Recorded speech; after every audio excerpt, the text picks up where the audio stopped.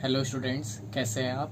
कल हमने अपनी पार्टनरशिप स्टार्ट करी थी, जिसके अंदर हमने chapter number 2 fundamentals of partnership firm from the books T S. Grewal start करा था, जिसके अंदर हमने पार्टनरशिप की meaning, features, nature, rights of partners, partnership deed and provisions in the absence of partnership deed को पढ़ा था।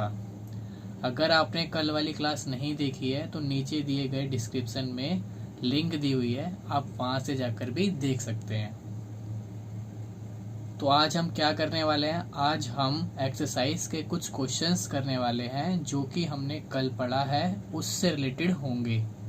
तो सबसे पहले हम क्या करेंगे, अपनी कल की क्लास के कुछ टॉपिक्स को जल्दी से 2 मिनट के अंदर रिवाइज करेंगे, ठीक है।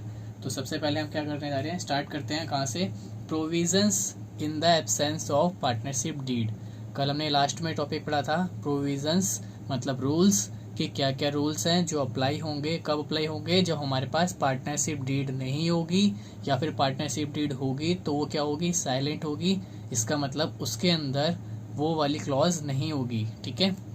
तो जब भी हमारे पास पार्टनरशिप डीड नहीं होती है तो हमारा एक एक्ट है जिसका नाम है इंडियन पार्टनरशिप एक्ट 1932, वो क्या होता है, अप्लाई होता है, ठीक है।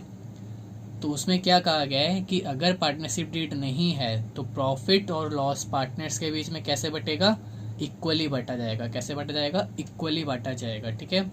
उसके बाद interest on capital, interest on capital किसी भी पार्टनर को नहीं दिया जाएगा, ठीक है। चाहे कोई भी पार्टनर कितनी भी कैपिटल लगा ले, उसको इंटरेस्ट ऑन कैपिटल नहीं दिया जाएगा।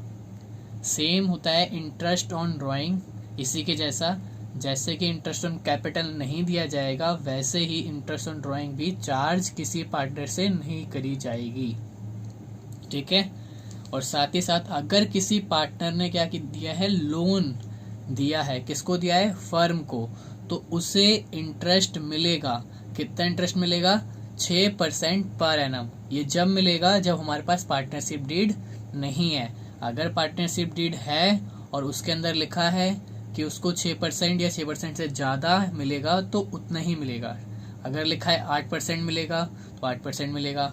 अगर पार्टनरशिप डीड नहीं है उस केस में, पार्टनरशिप डीड नहीं है उस केस में कितना मिलेगा, 6% पर एनम मिलेगा।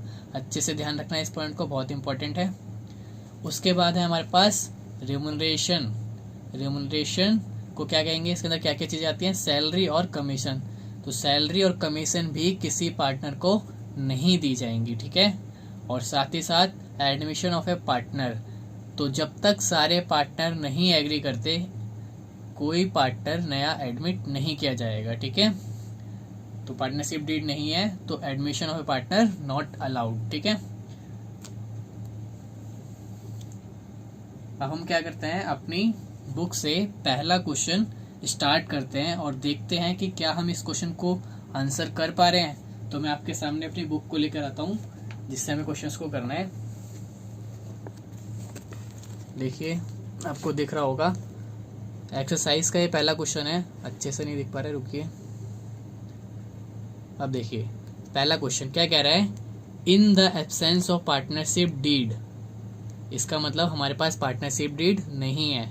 What are the accounting treatment of, कि क्या ट्रीटमेंट होगा अगर आपके पास पार्टनरशिप डीड नहीं है। तो आप इन आइटम्स को जो नीचे दिए हैं, फॉलोइंग आइटम्स को, इनको आप कैसे डील करेंगे। सबसे पहले क्या कहा गया है, सैलरी ऑफ पार्टनर्स।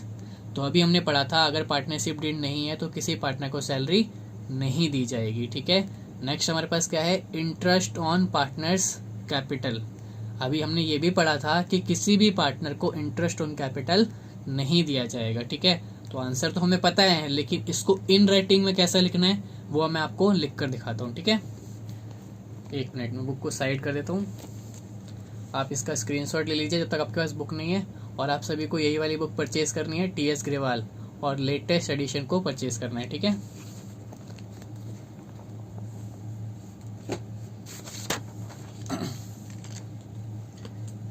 हम करने जा रहे हैं क्वेश्चन नंबर फर्स्ट। बुक कौन सी है हमारी? टी.एस. ग्रेवाल। पेज नंबर है हमारे एडिशन का, पेज नंबर है 2.80। आंसर। तो सबसे पहले हमसे पूछा गया था सैलरी ऑफ पार्टनर्स के बारे में, ठीक है।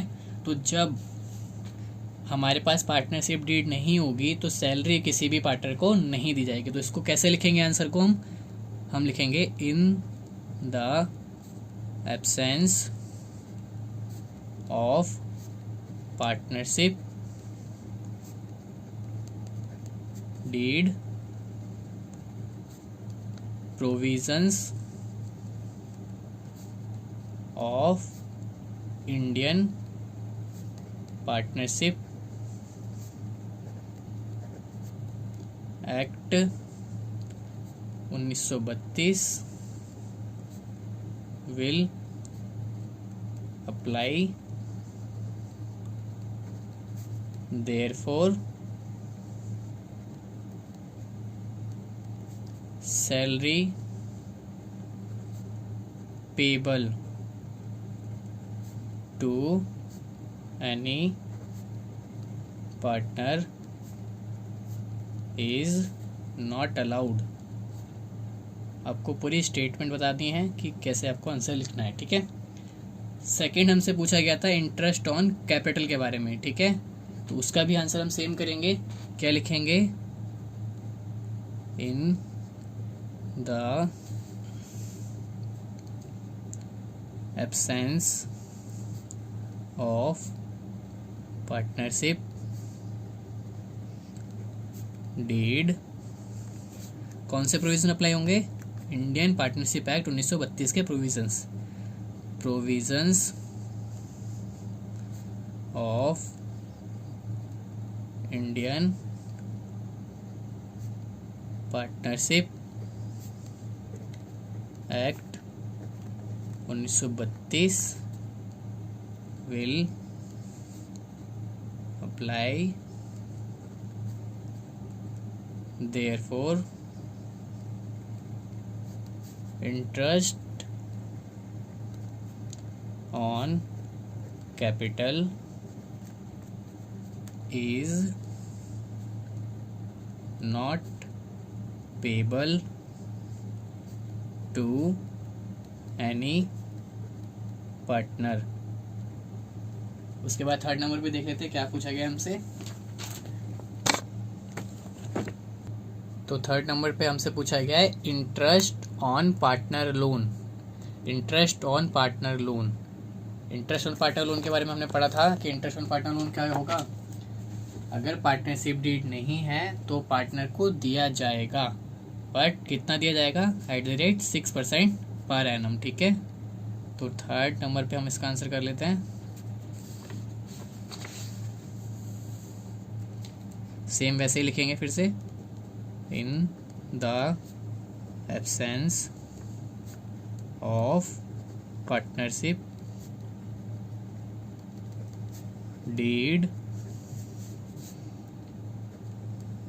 Provisions of Indian partnership act 1932 will apply, therefore interest on loan advance by partner is given @ 6% per annum. Per annum word जरूरी है, बहुत ध्यान से इसको यूज़ करना। बिना पर एनम के आपको पर एनम के आंसर नहीं करना है, अदरवाइज ये गलत हो जाएगा। 6% अगर आप लिखोगे तो गलत माना जाएगा, ठीक है। नेक्स्ट हमसे पूछा गया है डिवीज़न ऑफ प्रॉफिट, मतलब प्रॉफिट को कैसे बांटा जाएगा, ठीक है। तो ये भी हमने पढ़ा था अभी कि अगर पार्टनरशिप डीड नहीं है तो हमारे प्रॉफिट कैसे बटेंगे? इक्वली, ठीक है। तो यहाँ पे हम लिख लेंगे फिर से वही चीज़, in the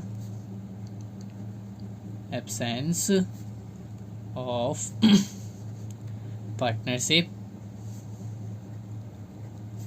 deed provisions of Indian Partnership Act 1932 will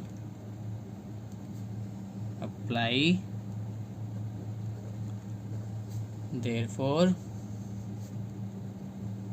profit और losses will be shared equally. ठीक है, नेक्स्ट हमसे पूछा गया है interest on drawings. Interest on drawing के बारे में हमसे पूछा गया है, तो बताइए क्या आंसर होगा इसका। Interest on drawings in the absence of partnership deed, interest on drawing किसी भी पार्टनर से चार्ज नहीं की जाएगी। ठीक है लिख लेते हैं फटाफट से, in the absence of partnership deed provisions of Indian Partnership Act 1932 will apply, therefore interest on drawings is not charged from any partners। ठीक है, तो हमने क्वेश्चन भी सॉल्व कर लिया है। पहला क्वेश्चन हमारा खत्म होता है। ठीक है, पहला क्वेश्चन हमारा क्या है, टी.एस. ग्रेवाल के बुक से पेज नंबर 2.80 पे। एडिशन है मेरे पास 2019 का, अभी लेटेस्ट एडिशन अवेलेबल नहीं हो पाया है। ठीक है, अगला क्वेश्चन हम करते हैं, क्वेश्चन नंबर 2। एक बार हम उसको रीड आउट कर लेते हैं, आप जब तक इसको स्क्रीन पर देख लीजिए। कह रहा है following differences have arise between PQR। PQR कौन है, 3 पार्टनर हैं, उनके बीच में कुछ डिफरेंसेस आए हैं। क्या है, उसको क्या कह रहा है क्वेश्चन कि स्टेट वो is correct in each case. हमें ये बताना है कि कौन सही है। पहला पॉइंट कह रहा है कि P ने यूज करे हैं 20,000 रुपये, जो किससे बिलोंग करते हैं, फर्म से। मतलब फर्म के 20,000 रुपये P ने यूज कर लिए हैं और उस पैसे से उसने कितना प्रॉफिट कमाया है, 5,000 रुपये का प्रॉफिट कमाया है। और Q और R जो बचे हुए पार्टनर हैं वो ये चाहते हैं कि वो पैसा वो किसको दे, फर्म को दे। तो हमें ये बताना है वो is correct in this case. तो यहाँ पर Q और R सही होंगे क्योंकि P ने फर्म की प्रॉपर्टी को यूज किया है। जो 20,000 रुपये वो किसके हैं, फर्म के हैं, मतलब बिजनेस के हैं। अब बिजनेस के पैसे से उसने जो प्रॉफिट कमाया है तो वो भी किसका कहलाएगा, बिजनेस का कहलाएगा। तो P कितने रुपये वापस करेगा बिजनेस को, 20,000 जो उसने यूज करे हैं वो, प्लस में 5,000 का जो प्रॉफिट है वो भी। ठीक है, तो इसका आंसर हम कर लेते हैं।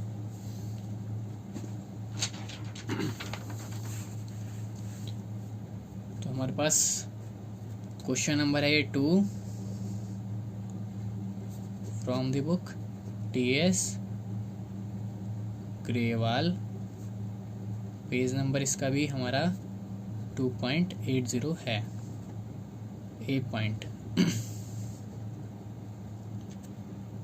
तो यहाँ पे आंसर क्या लिखेंगे, here Q and R will be correct। ठीक है, because P uses firm property. Therefore, P uses firm property to earn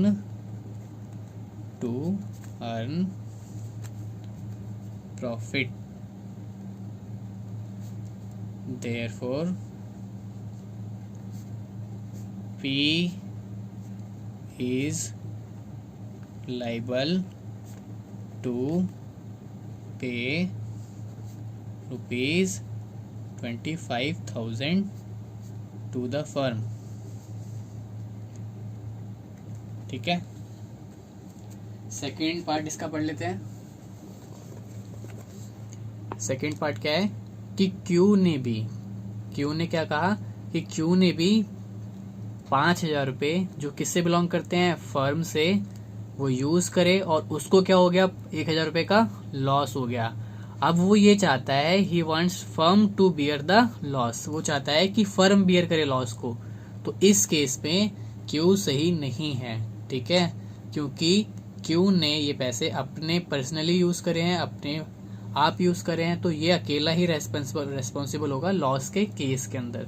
loss पूरी फर्म बियर नहीं करेगी, ठीक है। तो यहाँ पे क्या होगा answer, Q is not correct. Second का हम आंसर कर लेते हैं।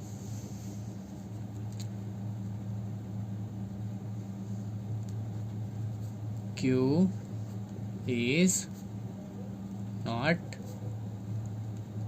correct because he used amount for his personal purpose, therefore and incurs loss, therefore Q will return rupees 5,000 to the firm। Okay students, अगला क्वेश्चन पढ़ लेते हैं इसका ही, क्वेश्चन नंबर 2 का अगला पार्ट कह रहा है P और Q wants to purchase goods from A limited. दो पार्टनर तो ये कह रहे हैं कि गुड्स खरीदने चाहिए, किससे, A लिमिटेड से, एक कंपनी से, और R एक अकेला पार्टनर है जो उसके लिए क्या कर रहा है, मना कर रहा है, ठीक है। तो यहाँ पर मेजॉरिटी रूल अप्लाई होगा। दो पार्टनर कह रहे हैं इस चीज के लिए, एग्री कर रहे हैं, तो अच्छा ही कह रहे होंगे, तो गुड्स हम क्या करेंगे, ए लिमिटेड से परचेज कर सकते हैं, ठीक है। यहाँ पे आर मेजॉरिटी में नहीं शामिल है, तो आर की बात नहीं सुनी जाएगी, पी और क्यू की बात मानी जाएगी, ठीक है। इसका आंसर कर लेते हैं।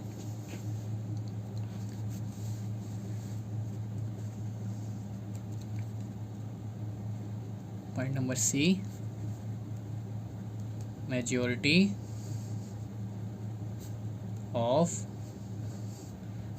of partners wants to purchase goods from A Limited, therefore goods may be bought from A Limited। अगला पार्ट पढ़ लेते हैं इसी क्वेश्चन का, लास्ट पार्ट है question number 2, fourth D part. Q and R wants to admit C as a partner. Q और R चाहते हैं कि C क्या हो जाए, एडमिट हो जाए एज ए पार्टनर, लेकिन P क्या कर रहा है इस चीज के लिए, एग्री नहीं है। तो हमने पढ़ा है कि हर पार्टनर के पास ये राइट होता है, वो एक नए पार्टनर को आने से रोक सकता है। तो अगर पी एग्री नहीं है तो क्या सी एडमिट हो सकता है? बिल्कुल भी नहीं। पी जब तक एग्री नहीं होगा सी एडमिट नहीं हो सकता।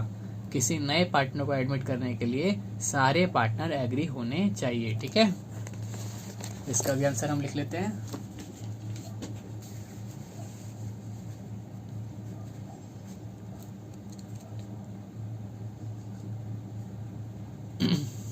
P has a right,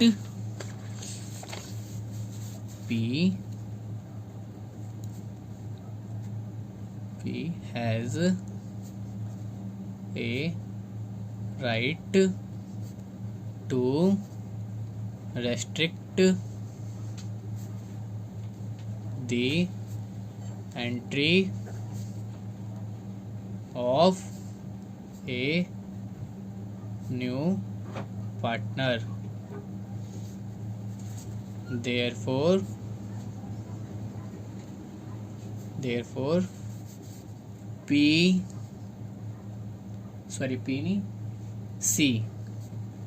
C cannot be admitted। ठीक है, तो क्वेश्चन नंबर 2 हमने पूरा कंप्लीट कर लिया है। अच्छे से मैंने आपको इसको समझा भी दिया है। ठीक है, आप इसको नोट डाउन कर लीजिएगा अच्छे से। ठीक है, ओके। अब हम चलते हैं अपने क्वेश्चन नंबर 3 पर। क्वेश्चन नंबर 3,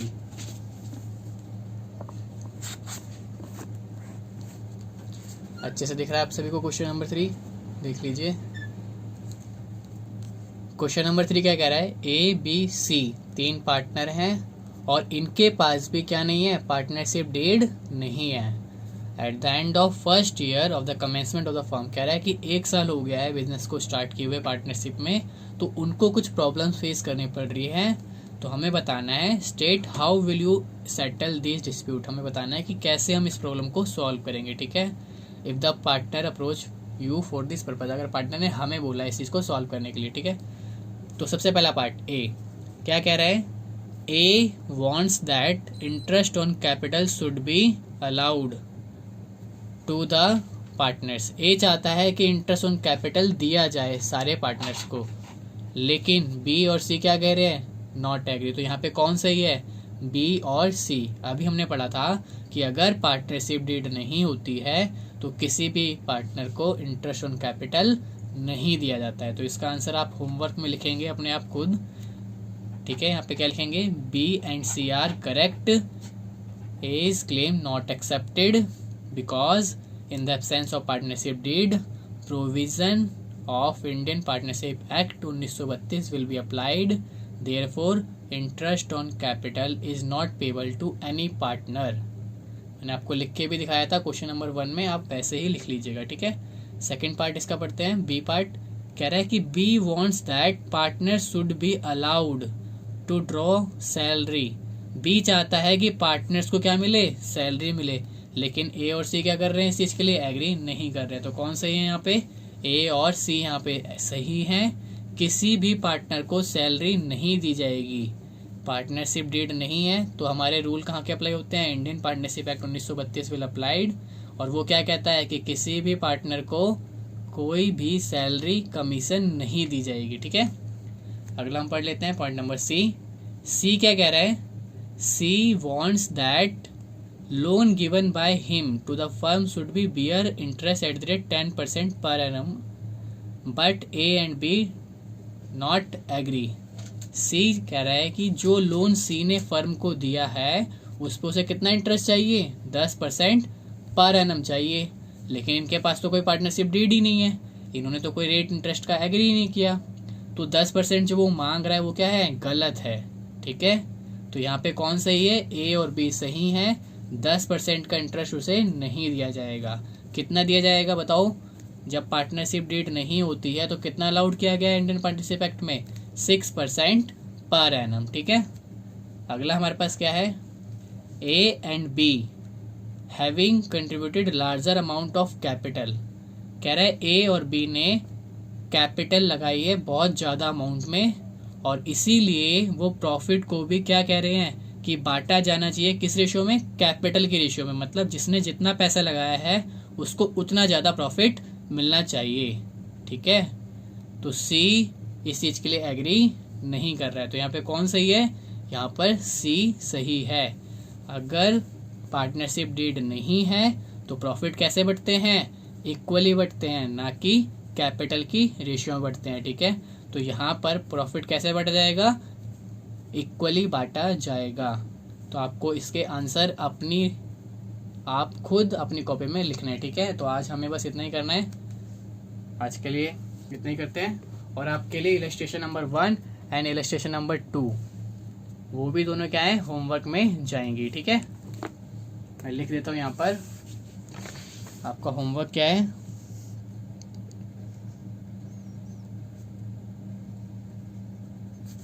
होमवर्क में आपका question number 1, question number 2, question number 3 and illustration number 1 and 2। Next video में हम प्रैक्टिकल क्वेश्चन और स्टार्ट करेंगे। ठीक है, थैंक यू सो मच।